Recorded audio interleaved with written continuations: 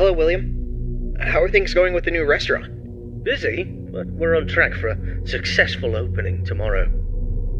Glad to hear it. And have you taken all the necessary safety measures? Of course, I don't need anyone telling me how to run my business. And those employees who think otherwise can find work elsewhere.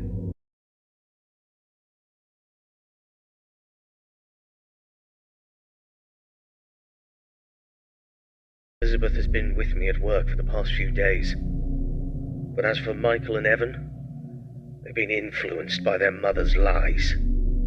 Michael is too busy being a typical rebellious teenager, and Evan is just a young child who doesn't understand the situation. Frankly, I'd rather keep my distance from them for the time being. They're at home at the moment.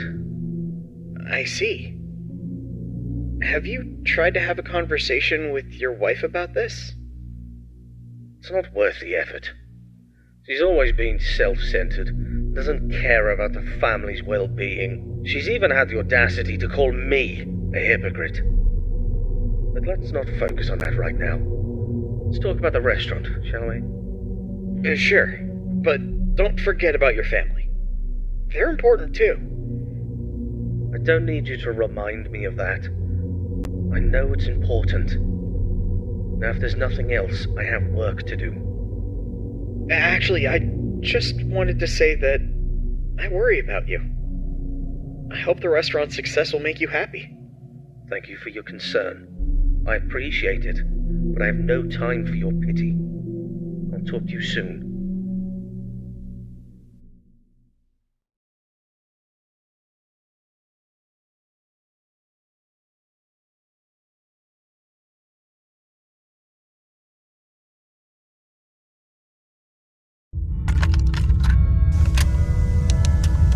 Greetings, Night Guard. Congratulations on making it to Night 4.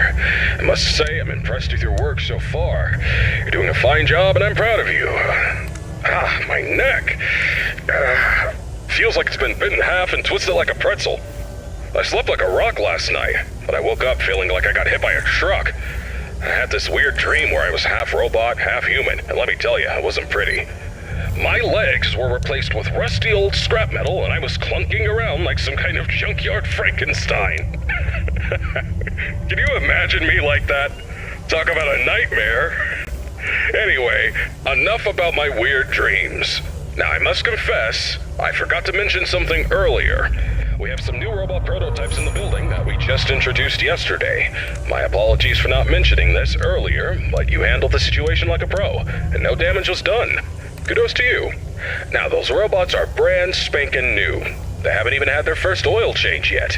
They require some more work before they're ready for prime time. And to be honest, they're giving me the heebie-jeebies, especially that new bunny one. But, on the bright side, that bunny's new hide-and-seek function is going to be a hit with the kids. Just make sure it doesn't start seeking you out, too. But I'm confident you'll handle it. You seem like a tough cookie. Alright, so stick to the standard procedures and keep those robots out. Oh, by the way, I'm glad you participated in this morning's voice recording session for the tapes. You sounded fantastic. Who knows, maybe I'll need you again for any updates. Now, hold on a moment, I'm being interrupted. What's up, Karen? There's this document that just arrived. What? It's better for you to look at it. A notice document about the closure of all our restaurants due to investigations regarding one of the founders being convicted of a crime. Yes. Including Fredbear's family. Yes. That's outrageous! Alright, I understand. Now, please return to whatever you are doing. Thanks for bringing the note, Karen.